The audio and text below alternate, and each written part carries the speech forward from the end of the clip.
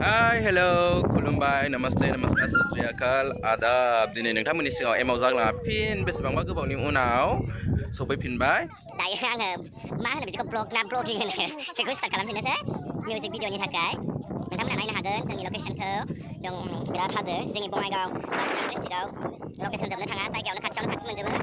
मा डिजाइननि हाजो नायनो हाजो गावख्लाबनाय नायनो हाजो फुल फिलाप नायनो गासिबो मोनजोबगोन ओमफ्राय जोंहा दिनैनि माबायाव फंनैसो माबा बुंनो सानदों आदाया मिउजिक भिडिअनि नामा मा नाम अनगा अननाय रायजो राजा नोंथांमोन बेयो जाहैबाय नैना प्रडाक्सननिफ्राय ओंखारगोन फार्स्ट मिउजिक भिडिअ जाहैबाय बेखौ रोजाबदों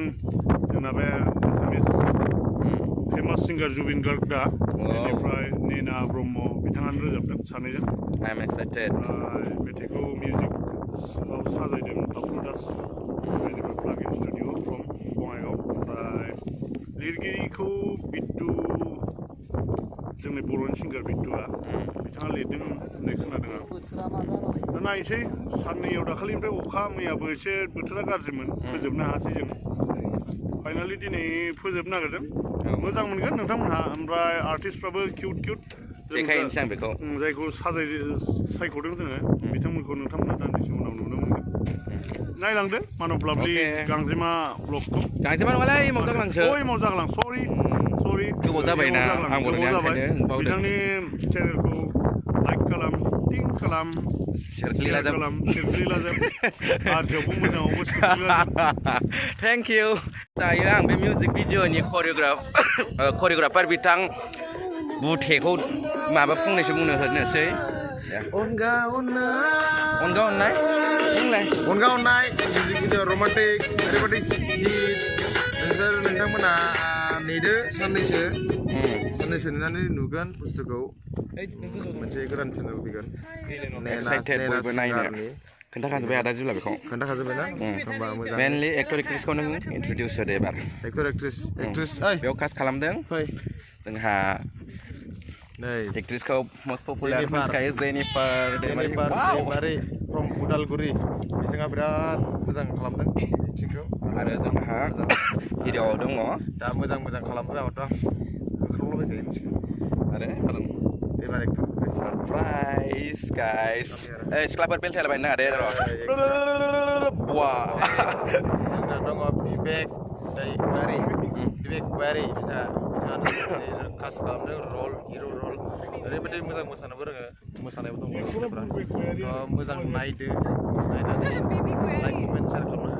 दे एबार आंनि एमाव जाग्लांखौ माबा बुंनो सानदों नामा नोंथांमोनहा बिराद गोबावनि उनाव फैबायना बिथाङा बिराद गोबावनि उनाव ब्लग खालामदों आंखौ नुवाखै ओरैला एसे नुयो गासिखौबो नुजोबनांगौ ओमफ्राय थारमाने बिथांनि चेनेला फैफिनसिगोन गोदान भिडिअखौ एकदम हाजारसे शेयार खालामना हो लाइक खालामना हो कमेन्ट हो एकदम साबसक्राइब लाबाय लाबाय मा होनो साबस्क्राइब खालाम गंसे लोंहोजोबगोन आं दे बै हाजोनि अन्थाइया बिरबोनानै आंनि बिखाखौ सौलांबाय जागौमोन प्लेजाबगौमोन आदा जात्रा गान देखायनो नागिरदों बिथां अमा राजाया दे रल केमेरा एक्सन महाराजा आसाननि गाहायाव माबानो नागिरदों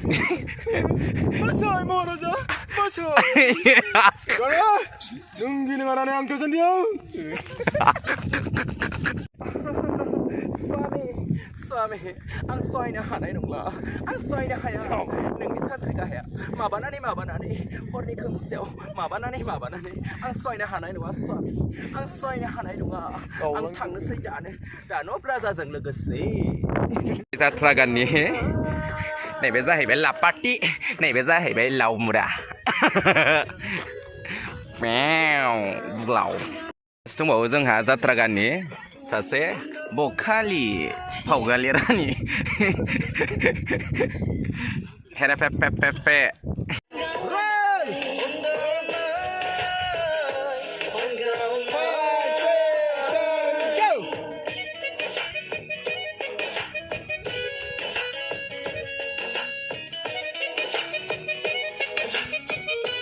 सेक्सिथार मोसानाया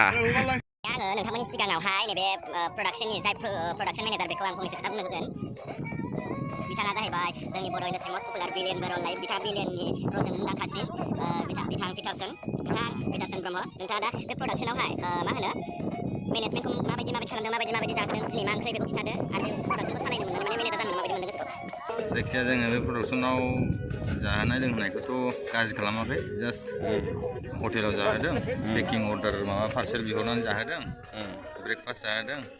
मोजाङैनो ओमफ्राय प्रडाक्शन मेनेजाराव आंखौ आदा जिउला बुंदों नालाय दा बेखौ दायित्व लानानै मावदों आङो एसे मोजाङैनो सोलिगासिनो दं भिडिअ'आबो हिट दा हिट एकदमबारे हिट दिनैथ' खोजिमा बिदै मोनजागोन होननायसो खोनादों आं थोद बिदि गैया अमा बिबुबो अमा बिबु मोनजानो हागौ खोजिमा बिदै मोनजाया आरो मोनजाया ओइ होमबालाय आंनि प्रडाक्शनावसो मोनजायो होमबा खोजिमा बिदैखौ प्रडाक्शनाव मोनजायो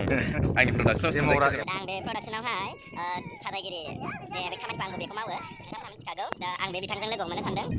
गाथानान जों सानदों बिहारि मिथिखा नोंथाङा इमाव जाग्लांनि चेनेलावहाय नोंथाङा बे प्रडाक्शनावहाय फावखुंगुर आरो फावखुंग्रिखौ माबायदि महराव लाबोदों गेलेहोनो मोननानै माबायदि मोनदों गोसोखौ मोजां मोनदों आर्टिस्टफ्रा जोंना बिराद किउट ना औ बिदि आर्टिस्ट मोजां मोनबा जोंबो मोजां मोनो आरो एसे आं खोनानो मोनदों मेकआपखौ एसे खम गोलैनाय मोनदों सानदों आं सोरनावबा जि एख्ल'नानै गुदुं सुदुं होथैजोबनांगौ जायो नङा मालाय एसे साइजखा नालाय क्लिन मेकआप खरस जायासै आरो जोंनाबो एसे मोजाङानो जादों 500 लाबा मोजां जासिगौमोन दां बिदियावथ' जाद्रायनाय नङा आरो एसे दामा होमबाबो बारायानो 500 मिलायनाय नङा आरो मानो होनबा खानायखौ खस्थ'आवसो दोनदोंना आङो टेपखौ लाजोबनानैसो दोनदोंना एमाव जाग्लां चेनेलखौ मा बुंनो सानदों नोंथाङा बेयाव फैनो मोननानै औ बेथ' बिराद खोनानो मोनदों बिराद गोबाव जाबायमोन आरो न' सिङावसो हाबसोनानै दंमोननो बे चेनेला ओमफ्राय दा जन्दिस जादोंमोनहाय दाखालिसो रोदा रोदि गाननानै ओंखारफिनबाय आं ओमफ्राय दा खोनानानै मोजां मोनदों ओंखारफिनबाय होननायखाय जोंबो ओंखारबाय थानो मोनसिगोन आरो एमाव जाग्लाङाव ओंखायनो मोजां मोनदों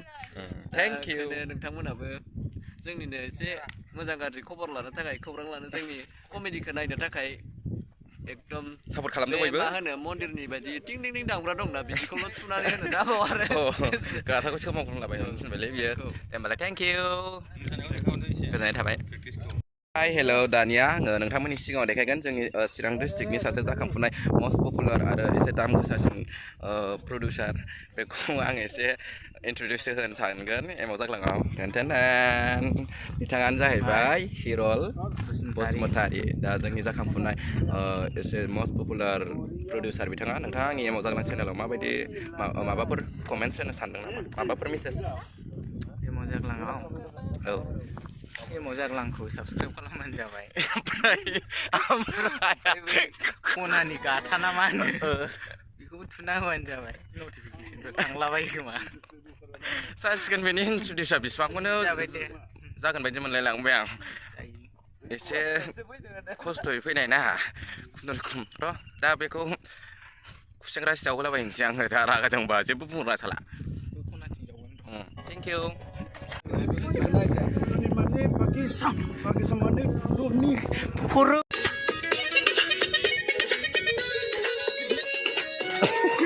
हाय गाइस नै बेखौ मा फिथाइ होनो रायजोफोर कमेन्टआव खोन्थाहर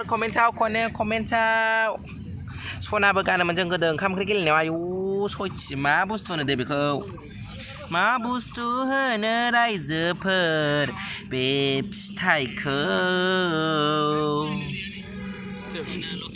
आयै लकेल स्ट्रबेरि थ' नोंथांमोनहा नायलांबाय थादो जोंनि बे आंनि मा होनो ब्लगिं खालामनायखौ मिउजिक भिडिअनि माखासे नुथायफोरखौ नोंथांमोनहा नायलांबाय थानो हागोन फैबाय था दान्दिसे सम आं नोंथांमोननि सिगाङाव देखायबाय थागोन अके बाय